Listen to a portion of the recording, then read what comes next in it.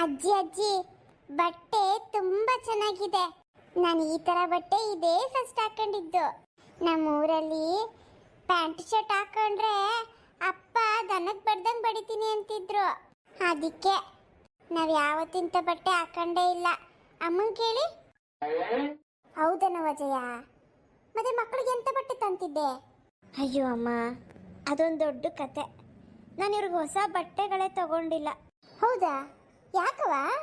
ಅಮ್ಮ, ನಮ್ಮ ಮುಂಚೆಯಿಂದ ನಾನೇನು ಕೆಲಸ ಮಾಡ್ತಿರ್ಲಿಲ್ಲ, ಕಾಸು ನನ್ನ ಹತ್ರ ಇರ್ತಿರ್ಲಿಲ್ಲ. ಇವ್ರು ಕೊಟ್ಟಿದ್ದನ್ನು ಹಾಕ್ತಾ ಇದ್ದೆ. ಹೊಸ ಬಟ್ಟೆ ಹಾಕೇ ಇಲ್ಲ ಬಿಡಿ. ಇವ್ರ ಮಕ್ಳದ್ದು ಆಗಲ್ಲ ಅಂತ ಕೊಟ್ಟಿರ್ತಿದ್ರಲ್ಲ, ಅದನ್ನೇ ಹಾಕ್ತಿದ್ದೆ ನಮ್ಮ ಮಕ್ಳಿಗೂ. ಇನ್ನು ನನ್ನ ಗಂಡ ಅಂತೂ ಮಕ್ಕಳಿಗೆ ಅಂತ ಒಂದು ಜೊತೆ ಬಟ್ಟೆ ಯಾವತ್ತೂ ತಂದಿಲ್ಲ. ಅಯ್ಯೋ ಪಾಪ.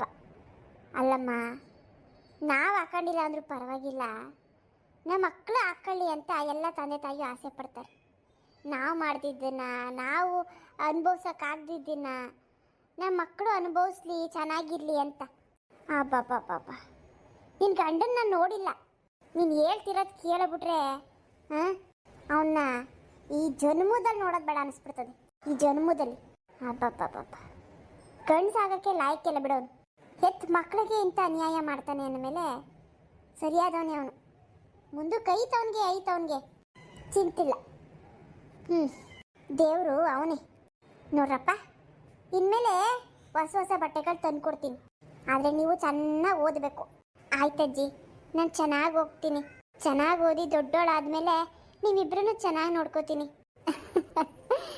ನಿನ್ನ ಮಾತಿಂದನೇ ಹೊಟ್ಟೆ ತುಂಬ ತಾಯಿ ನನಗೆ. ಆಯ್ತು, ಹಂಗೆ ಮಾಡು.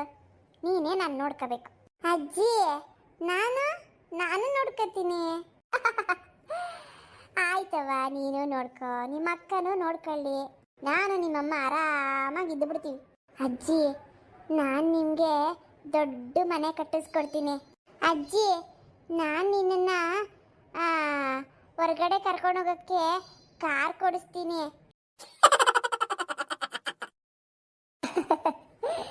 ಆಯ್ತಳವ, ಅಂಥವರೆಗೂ ನಾನು ಬದುಕಿದ್ರೆ ನೋಡೋಣ. ಅಮ್ಮ ಬಿಡ್ತು ಅನ್ನಿ, ಇಂಥ ಮಾತು ಯಾವತ್ತೂ ಆಡ್ಬೇಡಿ. ನೀವು ನಮ್ಮ ಜೊತೆ ಕೊನೆವರೆಗೂ ಇರ್ತೀರಾ. ಊನು ಹೇಳ್ಜಯವ. ಅಲ್ಲ, ನನಗೂ ವಯಸ್ಸಾಯ್ತು ಈಗ. ನಿಮ್ಮ ಅಮ್ಮನ ಏಜೆ ನನಗೂ. ಮಕ್ಕಳು ದೊಡ್ಡವರಾಗಷ್ಟು ನಾನು ಇರ್ತೀರಾ? ಎಲ್ಲೋಗ್ತೀರಾ? ಏನಾಗಲ್ಲ ನಿಮಗೆ. ಎಷ್ಟೋ ಜನ 100 ವರ್ಷದ ಮೇಲೆಲ್ಲ ಇರ್ತಾರೆ. ನಿಮ್ಗೆ ಇವಾಗ ಅಮ್ಮಮ್ಮ ಅಂದ್ರೂ ಒಂದು 65 ವರ್ಷ ಆಗಿರ್ಬೋದು. ಓನವ, 66 ಈಗ. ಮತ್ತೆ ಮಕ್ಕಳು ದೊಡ್ಡವರಾದ್ಮೇಲೆ ನೀವು ಇಲ್ದಂಗೇನು? ಅಲ್ಲ ಕಣವ, ಈಗಿನ ಕಾಲದಲ್ಲಿ ವಯಸ್ಸಾಗೆ ಸಾಯ್ಬೇಕಂತಿಲ್ಲ. ಆ ಕಾಯಿಲೆ ಈ ಕಾಯಿಲೆ ವಯಸ್ಸಾದ್ಮೇಲೆ ಬಂದೇ ಬರ್ತದಲ್ಲ ಕರ್ಕೊಂಡು ಹೋಗೋಕ್ಕೆ. ಯಾವತ್ತಿದ್ರು ಶಿವನ ಪಾದ ಸೇರಬೇಕು. ಇಲ್ಲ ಅಮ್ಮ, ನೀವಂತ ಮಾತು ಹೇಳ್ಬಿಡಿ. ಅದು ನೆನೆಸ್ಕೊಳ್ಳೋಕ್ಕಾಗಲ್ಲ. ಬೀದಿಗೆ ಬಿದ್ದಿದ್ದವಳನ್ನ ನಿಮ್ಮ ಮನೆಗೆ ಕರ್ಕೊಬಂದು ಆಶ್ರಯ ಕೊಟ್ಟಿದ್ದೀರ. ನನ್ನ ಮಕ್ಕಳೆಲ್ಲ ನಿಮ್ಮ ಮೊಮ್ಮಕ್ಕಳು ಥರ ನೋಡ್ಕೋತಾ ಇದ್ದೀರಾ. ಇದಕ್ಕಿಂತ ಪುಣ್ಯ ನನಗೇನಿದೆ ಹೇಳಿ? ಗಂಡನ ಮನೇಲಿ ಇಲ್ದಿರೋ ನೆಮ್ಮದಿ ನನಗಿಲ್ಲಿ ಸಿಗ್ತಾ ಇದೆ. ತಾಯಿ ಪ್ರೀತಿನೇ ನೋಡ್ದಿರೋಳು ನಾನು ನಿಮ್ಮಲ್ಲಿ ಕಾಣ್ತಾ ಇದ್ದೀನಿ. ಅಜ್ಜಿ ಪ್ರೀತಿ ಹೇಗಿರುತ್ತೆ ಅಂತ ಗೊತ್ತಿಲ್ದಿರೋ ನನ್ನ ಮಕ್ಕಳು ನಿಮ್ಮಲ್ಲಿ ಅಜ್ಜಿ ಪ್ರೀತಿ ಕಾಣ್ತಾ ಇದ್ದಾರೆ. ಇದನ್ನೆಲ್ಲ ದೂರ ಮಾಡ್ಕೊಂಡು ನಾವು ಬದುಕಿರೋಕ್ಕಾಗತ್ತಾ? ಬೇಡಮ್ಮ, ಇಂಥ ಮಾತ್ರ ಆಡಬೇಡಿ. ಇಲ್ಲ ಬಿಡವ, ಆಯ್ತು ಬಿಡು, ಬೇಜಾರು ಮಾಡ್ಕೋಬೇಡ. ಅದಿನ್ನೂ ದೂರದ ಮಾತು. ಯಾಕೆ? ಖುಷಿಯಾಗಿರುವಾಗ ಇವೆಲ್ಲ ದುಃಖದ ಮಾತುಗಳು ಬೇಡ. ಅಮ್ಮ, ಕೃಷ್ಣನ ಆದಷ್ಟು ಬೇಗ ಕರ್ಕೊಂಬರ್ಬೇಕಮ್ಮ.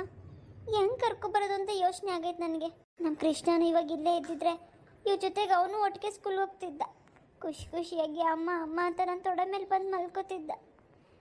ನನಗೆ ಏನು ಮಾಡ್ಬೇಕಂತಾನೆ ಗೊತ್ತಾಗ್ತಿಲ್ಲಮ್ಮ. ಹೆಂಗೆ ಕರ್ಕೊಂಬರ್ಲಿ?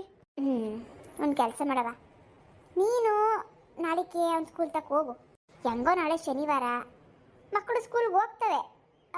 ಸ್ಕೂಲ್ಗೆ ಹೋದಾಗ ನೀನು ಈ ಕಡೆಯಿಂದ ಹೋಗ್ಬಿಟ್ಟು ನಿನ್ನ ಮಗನ ನೋಡ್ಕೊಂಡು ಬಂದ್ಬಿಡು. ನೀನು ನೋಡಿ ಮಗನ ಖುಷಿ ಪಡ್ತದೆ. ಅಲ್ಲಮ್ಮ, ನಂಗೊಂದು ಅನುಮಾನ.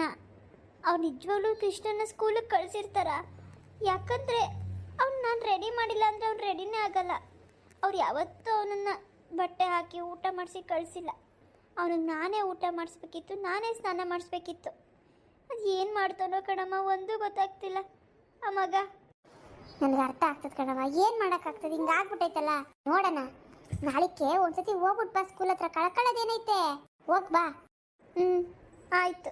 ಹುಡುಗರು ಚೆನ್ನಾಗಿ ಓದ್ಕೊಳ್ಳಿ, ನನಗೇನೋ ನಂಬಿಕೆ ಆಯ್ತಪ್ಪ, ನಿನ್ನ ಮಗ ಸಿಕ್ಕೇ ಸಿಗ್ತಾನೆ. ನೀನು ಹೋಗಿ ಒಳ್ಳೇದಾಗ್ತದೆ, ಕರ್ಕಂಬ. 3 ಜನ ಮೊಮ್ಮಕ್ಕಳು ನನಗೆ. ನೋಡಿ ನನ್ನ ಪುಣ್ಯ ಹೆಂಗೈತೆ, ಹೆರಲಿಲ್ಲ ಹೊರಲಿಲ್ಲ. ನೀನೇ ತಾಯಿ ಆದೆ, ಒಂದು ಕುಬ್ಸ ಮಾಡಲಿಲ್ಲ, ಒಂದು ಬಾಣಿತನ ಮಾಡಲಿಲ್ಲ. ಈ 3 ಜನ ಮಕ್ಕಳಿಗೆ ಅಜ್ಜಿ ಆದೆ. ಏನು ಪುಣ್ಯ ನಾನು ನೋಡು. ನನ್ನ ಗಂಡ ಇದ್ದಿದ್ದಿದ್ರೆ ಅದು ಏನು ಖುಷಿ ಪಟ್ಟಿರೋನೋ ಗೊತ್ತಿಲ್ಲ.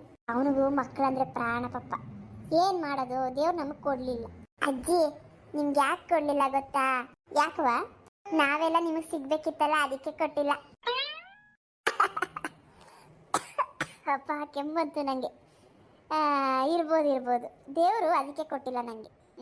ಅಮ್ಮ, ನಿಮಗೂ ತಾಯಿ ಆಗ್ಬೇಕಂತ ಆಸೆ ಇರುತ್ತೆ ಪ್ರತಿಯೊಂದು ಹೆಣ್ಣಿಗೂ. ನಿಮಗೂ ಒಂದು ಮಗು ಇಲ್ಲ ಅಂತ ಎಷ್ಟು ಮನಸ್ಸಿಗೆ ಬೇಜಾರಾಗಿರುತ್ತಲ್ಲ. ನೀವು ಎಷ್ಟೊಂದು ನೋವುಗಳು ತಿಂದಿದ್ದೀರಾ, ಅಂದರೆ ಎಷ್ಟು ಖುಷಿಯಾಗಿದ್ದೀರಾ. ನೋವು ತಿಂದೆ ಕಣವ, ಅವಾಗ ನಾನು ನೋವು ತಿಂದಿದ್ದೀನಿ, ಬೇಜಾರು ಮಾಡ್ಕೊಂಡಿದ್ದೀನಿ. ಆದರೆ ಜೀವನದ ಸತ್ಯ ಅರ್ಥ ಮಾಡ್ಕೋಬೇಕು. ಬರುವಾಗ ಯಾರನ್ನು ಕರ್ಕೊಂಬರಲ್ಲ, ಹೋಗುವಾಗ ಯಾರನ್ನು ಕರ್ಕೊಂಡು ಹೋಗಲ್ಲ. ಬರುವಾಗಲೂ ಒಂಟಿ, ಹೋಗುವಾಗಲೂ ಒಂಟಿ. ಮಧ್ಯದಲ್ಲಿ ಅಷ್ಟೇ ಇವೆಲ್ಲ ದೊಂಬರಾಟ. ಪಾಲಿಗೆ ಬಂದಿದ್ದು ಪಂಚಾಮೃತ ಅನ್ಕೊಂಡು ಸಮಾಧಾನ ಮಾಡ್ಕೊತಿದ್ದೆ. ನಿಮ್ಮಿಂದ ನನಗೆ ಮಗಳು ಪ್ರೀತಿ, ಮೊಮ್ಮಕ್ಕಳು ಪ್ರೀತಿ ಸಿಕ್ಕಿತು. ಇದು ಸಿಗಬೇಕಿತ್ತು ಅಂತ ಅನಿಸ್ತದೆ. ಅದಕ್ಕೇನೆ ದೇವರು ನನಗೆ ಕೊಟ್ಟಿಲ್ಲ ಅಂತ ಈಗ ಸಮಾಧಾನ ಮಾಡ್ಕೊತಿದ್ದೀನಿ. ಯಾವಾಗಲೂ ಸಮಾಧಾನ ಮಾಡ್ಕೊತಿರ್ಬೇಕಷ್ಟೇ. ಬೇಜಾರು ಮಾಡ್ಕೊಂಡ್ರೆ ಏನು ಬರ್ತದೆ ಹೇಳು? ಯಾವ ಟೈಮ್ಗೆ ಏನೇನು ಸಿಗಬೇಕು ಸಿಗ್ತದೆ. ಈ ವಯಸ್ಸಲ್ಲಿ ನನಗೆ ಇಂಥ ಪ್ರೀತಿ ಸಿಗಬೇಕಂತಿತ್ತು. ಇಷ್ಟು ದಿನ ಒಂಟಿಯಾಗಿದ್ದೆ. ಅವತ್ತು ನೀನು ಬಂದಿಲ್ಲ ಅಂದಿದ್ದಿದ್ರೆ ಬದುಕ್ತಿದ್ದ ನಾನು. ದೇವರನ್ನೇ ಬದುಕ್ತಿರ್ಲಿಲ್ಲ. ನೋಡು, ನನ್ನ ಹಣೆಯಲ್ಲಿ ನೀವು ಸಿಗ್ಬೇಕಂತಿತ್ತು, ನಿನ್ನ ಹಣೆಯಲ್ಲಿ ನಾವು ಸಿಗ್ಬೇಕಂತಿತ್ತು. ಅದೇ ಕಣವ ವಿಧಿ ಅಂತ ಹೇಳೋದು. ವಿಧಿ ಮುಂದೆ ಏನೇನೂ ಇಲ್ಲ. ಸೂತ್ರಧಾರಿ ಮೇಲಿರುವಾಗ ನಾವೆಲ್ಲ ಪಾತ್ರಧಾರಿಗಳು ಏನವ ಹೇಳು? ದೇವ್ರ ಆಡಿಸ್ದಂಗೆ ಆಡ್ತಿರ್ತೀವಿ.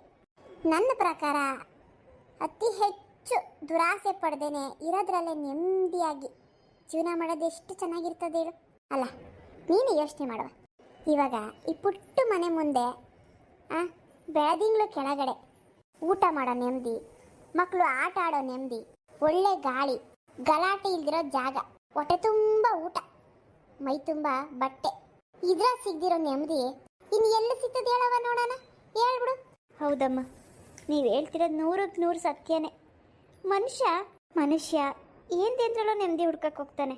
ದೊಡ್ಡ ಮನೆ ಕಟ್ಕೊಂಡ್ಬಿಟ್ರೆ ಅದ್ರಲ್ಲಿ ನೆಮ್ಮದಿ ಸಿಗುತ್ತೆ, ಇಲ್ಲ ಒಂದು ದೊಡ್ಡ ಕೆಲಸ ಸಿಕ್ಬಿಟ್ರೆ ಅದ್ರಲ್ಲಿ ನೆಮ್ಮದಿಯಾಗಿರ್ಬೋದು.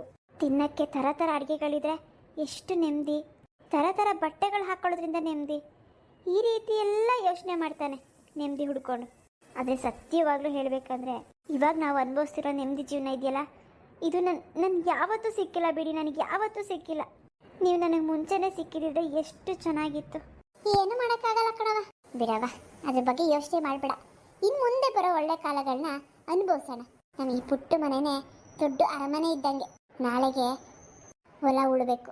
ಬೇಗ ಮಕ್ಕಳು ಸ್ಕೂಲಿಗೆ ಕಳಿಸ್ಬಿಟ್ಟು ಹೊಲ ಉಳ್ಬಿಡೋಣ. ಆಮೇಕಿಂದ ನಾನು ಹೂ ಮಾರಕ್ಕೆ ಹೋಗ್ತೀನಿ, ನೀನು ಸ್ಕೂಲ್ ಹತ್ರಕ್ಕೆ ಹೋಗು. ಆಯ್ತಮ್ಮ, ಹಾಗೆ ಮಾಡೋಣ ತಗೊಳ್ಳಿ. ನಾಳೆ ಹೆಂಗೋ ಸ್ಕೂಲು ಶನಿವಾರ, ಬೆಳಗ್ಗೆ 7 ಗಂಟೆಗೆ ಮಕ್ಕಳು ಮನೆ ಬಿಡಬೇಕು. ನಾವು ಮಕ್ಕಳು ಸ್ಕೂಲಿಗೆ ಕಳಿಸ್ಬಿಟ್ಟು ಹೊಲದ ಹತ್ರಕ್ಕೆ ಹೋಗ್ಬಿಡೋಣ. ಹಾಗೆ ಮಾಡೋಣ. ಬೆಳಗ್ಗೆ 5 ಗಂಟೆಗೆ ಹೂವುಗಳೆಲ್ಲ ಕಿತ್ತು ಬಿಡೋಣ. ಕಿತ್ತು ಕಟ್ಬಿಟ್ಟು ಇಕ್ಬಿಟ್ಟು 6 ಗಂಟೆ ಆಗ್ತದೆ. ಹುಡುಗರು ಎದೋಳ್ಸು, ಸ್ಕೂಲಿಗೆ ಸ್ನಾನ ಗೀನ ಮಾಡ್ಕೊಂಡು ರೆಡಿ ಆಗಲಿ. ಆಮೇಲೆ ನಮ್ಮ ಕೆಲಸ ನಾವು ಮಾಡ್ಕೊಳ್ಳೋಣ. ಏನು ಚಿಂತೆ ಮಾಡ್ಬಿಡಕ್ಕಣವ ಜಯವ. ಎಷ್ಟೋ ವರ್ಷದಿಂದ ಮುಂಚೆ ಸಿಕ್ಕಿದ ಕಲ್ಲು ನಿನಗೆ ಸಿಕ್ಕಿತು. ಪೂಜೆ ಮಾಡ್ತಿದ್ದಂಗೆ ಮಳೆ ಬಂತು. ಹೊಲ ಉಳಿಸಿ ನಾಟಿ ಮಾಡ್ತಿದ್ದಂಗೆ ಪೈರು ಬರ್ತದೆ. ನನಗೆ ನಂಬಿಕೆ ಐತಿ. ಈಗ ನನಗೂ ನಂಬಿಕೆ ಇದೆಯಮ್ಮ.